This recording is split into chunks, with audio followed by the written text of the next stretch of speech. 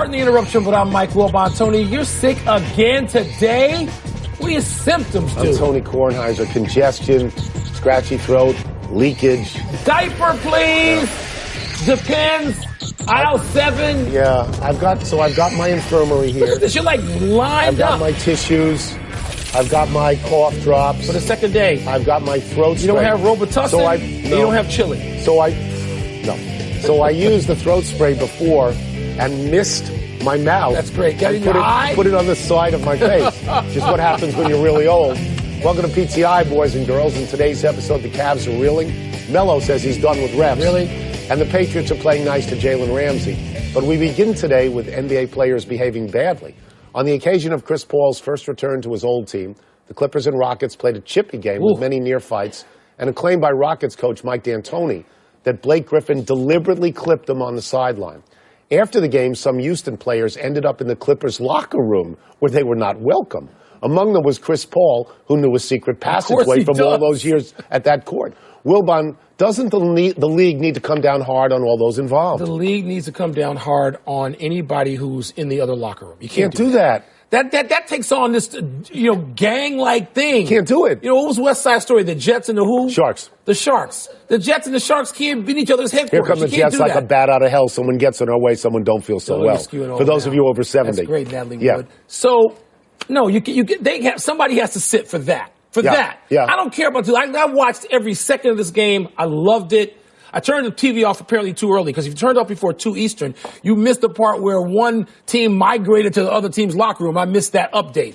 All the rest of it I saw. I was okay with it. They're supposed to hate each other. Blake Griffin can't if you're Chris Paul and you're 6 feet tall and you play with this guy, you've had to be tough your whole life in the league, you can't let 6'10" Blake Griffin just elbow you and shove you around and not come back at him. I know you hate my man for some reason. That's not acceptable. I'm going to give you the reasons right now. Your obsessive love affair with Chris Paul has always confounded me. I know you don't like Blake Griffin. The two, you have to pick sides. I don't dislike him. I like Chris Paul. You know what? I do. I respect and like It's like in the Chris old Paul. days, it's like Reggie Jackson and Billy Martin. Ooh. Where were you on that one? Well, I was on Reggie's side, as you well know. All right. But in this particular case, you have in Chris Paul, who's someone who's a complete irritant, someone who's a dirty player, and someone who's never gone particularly far in the playoffs. I think that's fair to say. And Blake Griffin's going how far if you're taking his side? He's going absolutely no further. Yeah. In this particular case, what I would say about Chris Paul is that, am I mistaken? Isn't he the head of the NBA Players Association? Yes, You can't go in the locker. No, you have to be. Now, I don't think fines for the other stuff. I don't think Adam Silver will suspend anyone. Adam Silver will actually suspend himself, so the players will still love him and fine himself. You can't go in locker rooms. No, but chippiness is finable. Suspension over there, and I would suspend Blake Griffin. Why? He was an antagonist in this. I might even say to Austin Rivers, sit down and shut up, or you're going out too. This is not the plantation of pro football. Okay? And so he doesn't have that power. Well, and it's good for the players that they had the stones to negotiate, and he doesn't have that much power, but he won't be suspending anybody for being chippy. This is I think the only thing that can hurt the NBA is if there is a perception that the players run it. I said this 2 days ago. I agree with that. That's right. Not about run it.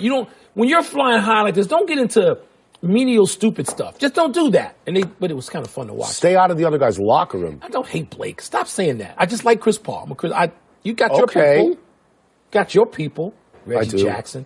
Yes. Billy Martin. God, you against Billy Martin. That must have been fun. That's a very long time ago. The Cavaliers' loss at home to the Warriors wasn't nearly as contentious, and therein may lie one of many problems for Cleveland. The Warriors took over that game late and just shoved the Cavaliers aside like they were some middle-of-the-road team. Dave McMenamin writes today that several prominent players speaking to multiple media outlets are expressing doubt that the problems of a defensively challenged and aging roster with a glut of specialists will get better without a major roster upgrade soon.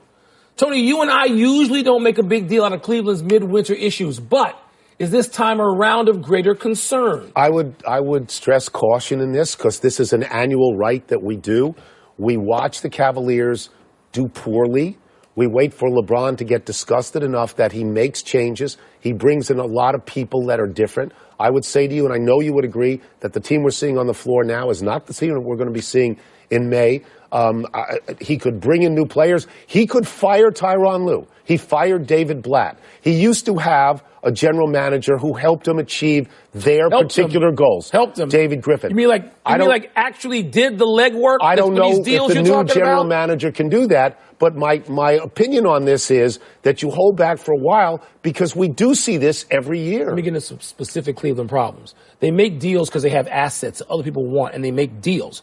First of all, they don't have that deal maker. David Griffin is up in Napa chilling. He's good for him. Yeah. Okay? So they don't have that. So they also don't have a guy, David Griffin, who has the owner's confidence or who has LeBron's confidence over a period of years to be able to remake that roster on the fly. They also have an asset they can't let go of because they don't know if LeBron's going to be there long term. They'd be stupid to give up Brooklyn's pick when they may have to rebuild from scratch. Therefore, Tony, they're not in a position to make those deals. Well, I mean, in the near term, when you lose to Golden State, that's not a big deal. They are by far the best team in the league, and they're 13-0 currently on the road. That's right.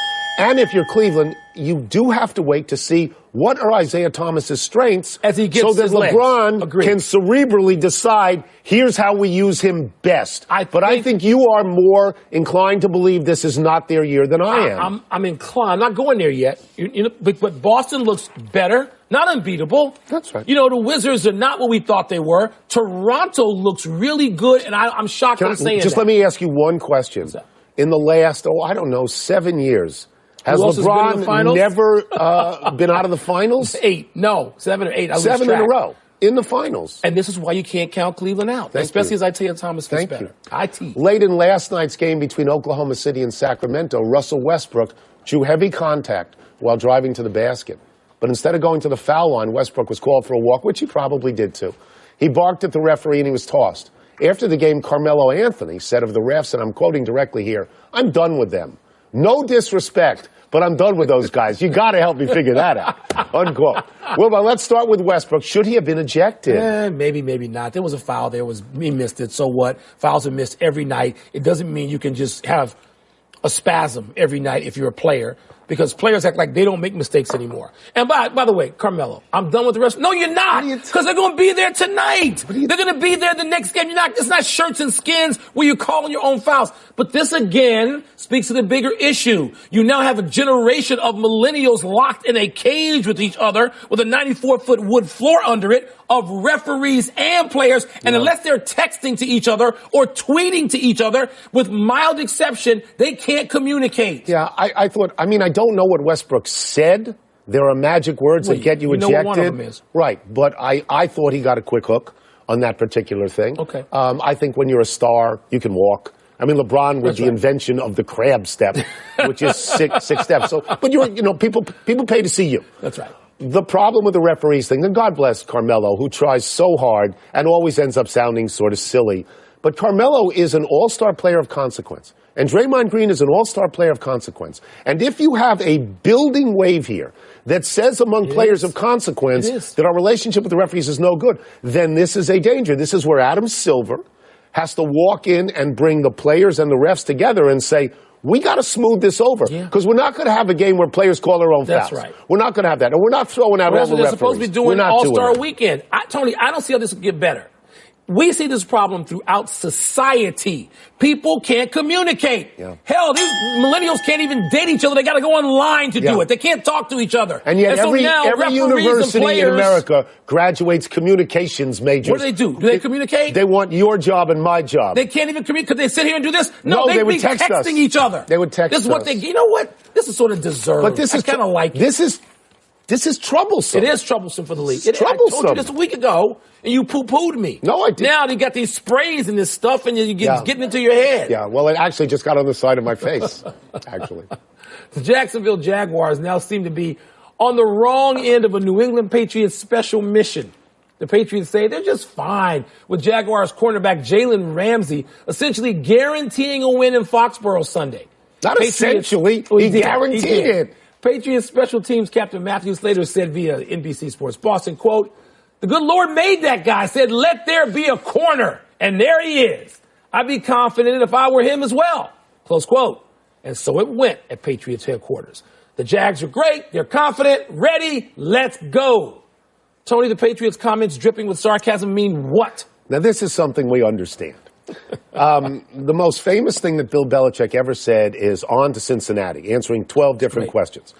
Bill Belichick is not going to let any of his players, and not going to do it himself, give anybody bulletin board material. He'll throw them out. So like a novice would say, oh, Belichick must have said to his coaches, tell the players to just be complimentary. No, players know it.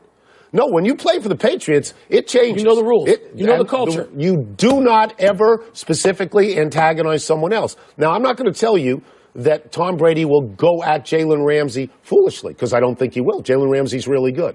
But if Brady gets a chance to embarrass him, he will. And after the game, if the Patriots win, he'll walk point at him. Walk right up to him, bark at him. Yes, he will. Yeah, he will. This is a case where non-communication, while it's bad for the NBA players and the refs, is perfect for New England. Yes, that's what they thrive on. They don't say anything to anybody. And if they do, it is dripping with sarcasm. Yes. And they've been over this at sarcasm class, which probably starts in minicamp or OTAs in May. And Bill Belichick communicates to them, we don't do this. We don't guarantee anything except our own effort and performance and practice habits, and then we play. There's a couple of statistics about the Patriots that I've always found intriguing. I know they were true. I think they still are true. First, they have more college graduates than any other team in the NFL. And they have more team captains from college than any other team in the NFL. They get smart guys who understand how they win. They don't always win with more talent, but they are cohesive in a way that other teams are not cohesive, and they don't fall for this junk. You know, they're never going to look stupid. Nope. They're never going to look like the Pittsburgh Steelers do this week after last week. They don't do that. We move now to the not-so-hot stove league. There hasn't been movement in the trade or free agent markets so far, not much. A writer for NBC Chicago suggests teams are saving their money this year to spend it next year on potential free agents like Bryce Harper, Chris Bryant, not getting him, Manny Machado, Clayton Kershaw, Josh Donaldson, Charlie Blackmon. That's a big list. That's a good list. Wow. Wilbon, if teams are playing for 2019, is that a strategy that you concur with? You know, I don't know that I believe it. It comes easy. I That's think a big class of people. It is. And I think there's some general managers out there that are putting that out there. They want some organizations which perhaps aren't as organized and sensible to make a mistake. You know, spend some money you don't have. They're all looking at the luxury tax line and figuring out how they're going to deal with that based on their teams and their owners. You know, I know this story comes out of Chicago for a reason. It was a Cubs convention, but also, Tony, Bryce I told Harper. you this all. You want Bryce Harper. You want my boy. It's not about me. You want my boy. It's about people saying, even to Theo Epstein, where's my Bryce Harper Cubs jersey? I know. So this is out there because there are people that allegedly are loading up, and the Cubs, Ricketts and Theo specifically, have said, no, that's not a strategy that we are employing. Well, I'm going to ask you a series of small questions. Okay. Are they going to play a baseball season this year? Yeah. Will it have 162 games? Yeah. Will it culminate in a World Series? Yeah. Why wouldn't you try to win this one? Well, here's the deal. I mean, the Houston Astros, who won the last one, just got Garrett Cole, who walks in as a 1, 2, or 3 starter right away. They're going to try to win this year because you know what? Maybe most of these free agents will stay where they are. What did Drew Olmeyer's dad tell you? The answer to all your questions is money. Okay, so these are investments you make now in these players. You're making, well, you said Bryce Harper, once you said he was going to get $400 million, which he's probably not going to get. I said he'd go to the Yankees, too. I so didn't the think point of the Cubs. is, when you have to figure out how to spend this money, how to use your somewhat limited resources in the case, except maybe a 14. I try to steal next this year. Maybe. I try to steal this year. Somebody may do that. So is it a strategy or not? Would you do it? If you're one of those big market teams, Yankees, Red Sox, Cubs, Dodgers, Giants, Nationals, would you load up? I would harvest my nuts, as we like to say about squirrels. That's what I would do. Okay. Let's take a break. But coming up, we will ask Brian Windhorst whether the Cavs are experiencing any regret over trading Kyrie Irving to the Celtics. We'll also ask him whether the signs are pointing to LeBron James leaving town after this season. I almost made it through without coughing. You got to have some coffee. I almost made it through. I didn't get all the way You don't have through. any Robitussin? I know, or chili, I know.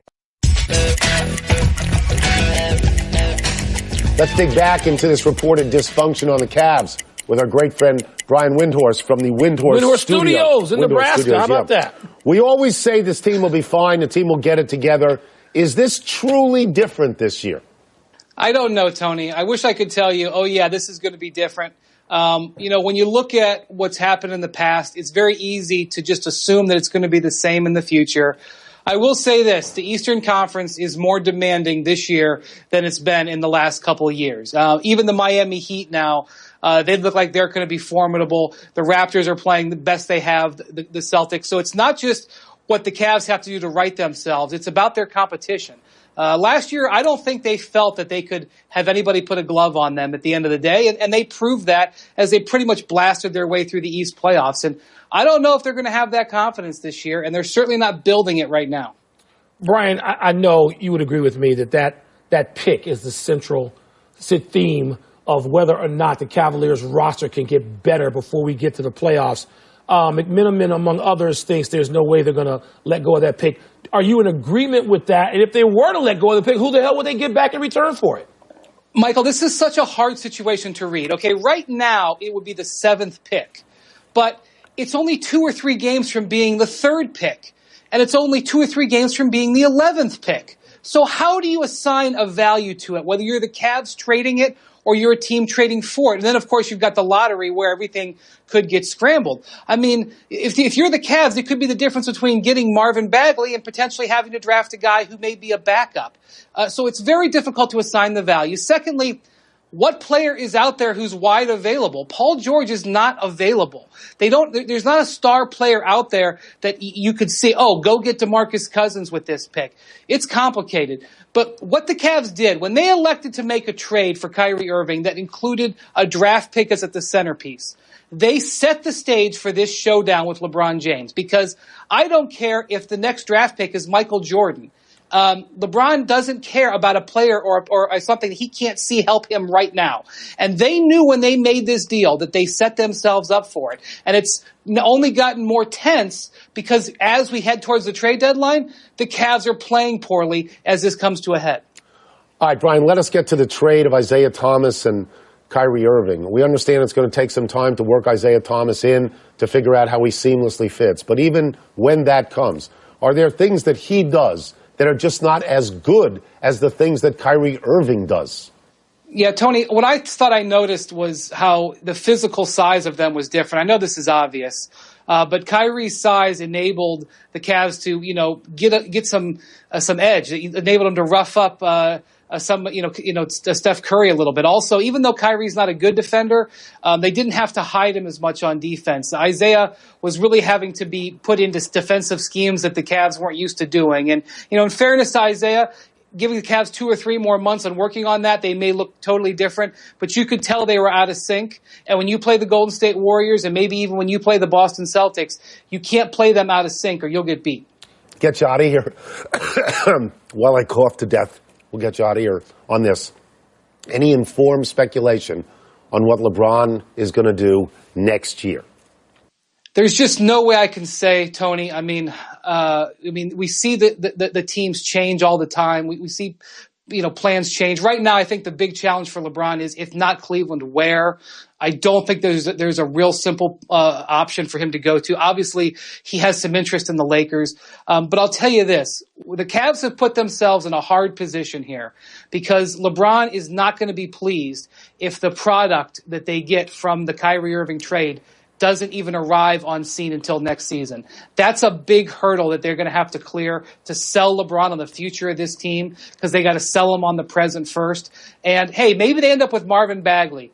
Maybe they end up with a player who extends LeBron's championship window in Cleveland. But I don't know if LeBron's going to have that information on July 1st, and that's when he's going to make up his mind. Thank you, Brian. We appreciate it, man. Thank you. We're going to take one last break, but still to come. The West Virginia gag it up against Kansas last night. And Danica Patrick says she's dating Aaron Rodgers. Is that going to lead her to change allegiances from the Bears to the Packers, Danica? Seriously, no. I'm alive, but I'm coughing. Wilbon had to read double duty there. That was good. Oh, I want extra pay.